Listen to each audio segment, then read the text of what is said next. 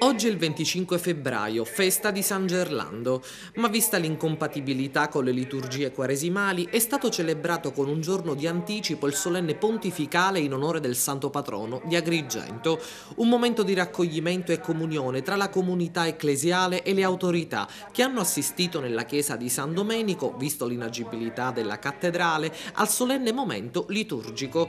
L'arcivescovo di Agrigento, Francesco Montenegro, ha voluto prendere come riferimento l'operato di San Gerlando, definendolo come un modello da seguire perché è stato un uomo saggio che è riuscito a cambiare la sua rotta, e l'arcivescovo ha voluto poi manifestare ancora una volta la propria vicinanza a quelle famiglie che ancora oggi non possono godere delle proprie abitazioni nel centro storico di Agrigento e che si sono viste togliere ciò che di più caro hanno avuto. Io sono qui per pregare il Signore attraverso l'intercessione di San Gerlando per questa città e per questo territorio. Penserò soprattutto a chi è in difficoltà. E tra la nostra gente c'è chi è in grosse difficoltà per mancanza di lavoro, per malattia, pensi alla pesca, l'agricoltura, strutture che si chiudono, e metterò questi sull'altare.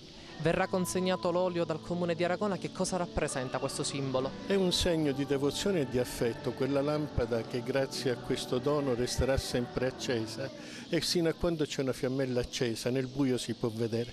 Una celebrazione presieduta da Monsignor Michele Pennisi, vescovo di Piazza Armerina, che in una toccante omelia ha voluto lanciare un monito dal forte significato etico e morale. San Gerlando è stato il santo della nuova evangelizzazione ai suoi tempi, evangelizzando una città che era stata sotto il dominio arabo e dei musulmani. Adesso ci sfida a una nuova evangelizzazione, una riscoperta della fede, ecco, in un mondo secolarizzato, e a coniugare assieme la fede e la carità, perché era, ecco, un santo di una grande dottrina ma anche di una grande carità. Ecco, veniva definito padre delle vedove e degli orfani, e quindi mi pare importante che si coniughi fede e carità, e che, ecco, questo momento si inserisce nella missione della Chiesa agrigentina, che vuole raggiungere tutti.